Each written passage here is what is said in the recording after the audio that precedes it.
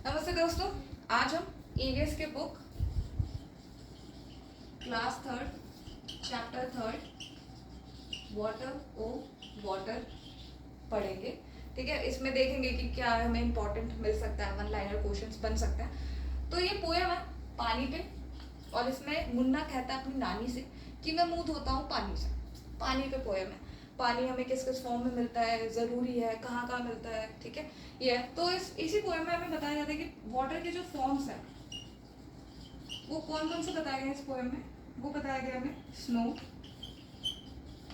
Due और steam. ठीक है, स्नो बर्फ, ड्यू ओस, स्टीम भाप। ठीक है, ये वाटर के फॉर्म्स बताए गए। और कहाँ कहाँ मिलते हैं, रिवर, वाटरफॉल, लेक्स। ठीक है, ओशन। हमें यहाँ पे क्या मिलता है, पानी मिलता है। और पानी जरूरी है, जल जीवन है ना। जल ही तो जीवन है, जल होगा तब तो जीवन होगा, जल नहीं होगा तो जीवन कैसे होगा। और अगर यही जल ज्यादा मात्रा में हो जाए तो क्या लाता है, तबाही। किस फॉर्म में, फ्लड के फॉर्म में, बाढ़। ठीक है, बाढ़ के फॉर्म में फिर तबाही लाता है।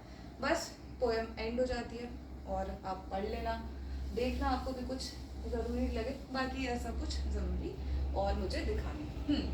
जब हम आगे बढ़ते हैं ना तो यहाँ पे एक बात आती है कि कुछ जगहों पे आज भी डिस्क्रिमिनेशन होता है, भेदभाव होता है कि कुछ समुदायों के लोगों को पानी नहीं भरने दिया जाता। पानी एक कॉमन सोर्स अगर है कहीं पे, जैसे तालाब हो गया, कुआं हो गया, वहां से उन्हें पानी नहीं लेने दिया जाता। ठीक है, इस तरह के भेदभाव को आपको रोकना है और यही आपको बताना है बच्चों को कि कितना गलत है किसी भी इंसान से, किसी भी इंसान से किसी भी तरह का डिस्क्रिमिनेशन नहीं करना है। ओके, भेदभाव नहीं करना। और बच्चों को ये चीज़ें हमें समझानी है। हम जितना जल्दी उन्हें ये समझाएंगे कि आप किसी भी बच्चे से किसी भी तरह का भेदभाव नहीं करेंगे, तो उतना जल्दी वो सीखेंगे। हमें उन्हें अच्छी चीज़ें उन्हें बचपन से ही बतानी है। उन्हें ये बताना है कि हर व्यक्ति, हर इंसान, हर जीव जंतु जितना आपको जीने का हक है उतना ही उसे जीने का हक है। जितना आपका जन्म का अधिकार है उतना ही उसका भी है। ठीक है, तो हमें बच्चों को बताना है और उनको समझाना है कि भेदभाव नहीं करना है। फिर हम आगे बढ़ते हैं। तो यहाँ पे दो बच्चे आते हैं। फिर कौन आता है, हिरेन और छुटकी। हिरेन और छुटकी बहुत प्यासे हैं। फिर वो जाते हैं अपने अंकल के पास। अंकल को बोलते हैं पानी दे दो, पानी पिला दो, मेरा गला सूख रहा है। ऐसा नहीं कहते, पानी मांगते हैं तो इनके अंकल इन्हें आम पन्ना ला के देते हैं इस ग्लास में। ठीक है, पर छुटकी कहती है कि नहीं, मुझे इसमें नहीं पीना है, मुझे ग्लास टम्बलर में पीना है। तो अंकल कहते हैं ठीक है, तुम्हें हम ग्लास टम्बलर ला देते हैं। बट अब छुटकी कहते हैं कि इसमें तो कम है, इसमें ज़्यादा है, क्या ऐसा है? नहीं। यही चीज़ हमें प्याजे बताते हैं उनके कॉन्सेप्ट में, कॉन्सेप्ट ऑफ कंजर्वेशन। ठीक है, क्या होता है ये कॉन्सेप्ट ऑफ कंजर्वेशन। इस पे यही कहा गया है कि अगर किसी भी चीज की क्वांटिटी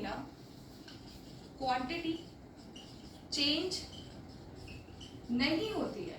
ठीक है, क्वांटिटी चेंज नहीं होती। अगर आप उसको किसी दूसरे बड़े ग्लास में रख दो, चाहे छोटे ग्लास में रख दो, उसका साइज चेंज कर दो, उसका शेप चेंज कर दो, क्वांटिटी चेंज नहीं होगी।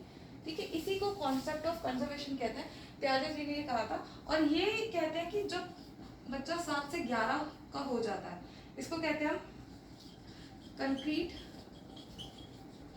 Operational stage. ठीक है, 7 से 11 तब बच्चा ये चीजें सीख जाता है। ठीक है, इस स्टेज पे आते आते बच्चे को पता लग जाता है कि चाहे पानी कटोरे में, एक जैसा पानी अगर कटोरे में रख दूं और उसी को मैं ग्लास पे रख दूं, तो उसके अंदर रखा हुआ पानी ना तो कम होगा ना तो ज्यादा होगा। ठीक है, तो अब हमें समझना चाहिए कि छुटकी को जो लग रहा था कि उसके अंकल ने हिरेन को ज्यादा दिया है पानी और उसको कम, सॉरी आम पन्ना, हिरेन को ज्यादा आम पन्ना दिया, छुटकी को कम, ऐसा नहीं है।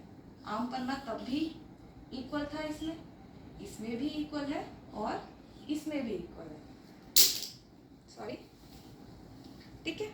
तो अब ये चैप्टर यहाँ पे कंप्लीट हो जाता है। आप पढ़िएगा एक बार और नोट्स खुद बनाइएगा। जो भी यहाँ लिखाया जा रहा है, बताया जा रहा है, उसे अपनी भाषा में लिखने की कोशिश करिए। जितना आप खुद की भाषा में लिखेंगे उतना आपको समझ आएगा। खुद से लिखिए और समझिए। मिलते हैं फिर नेक्स्ट वीडियो में। धन्यवाद।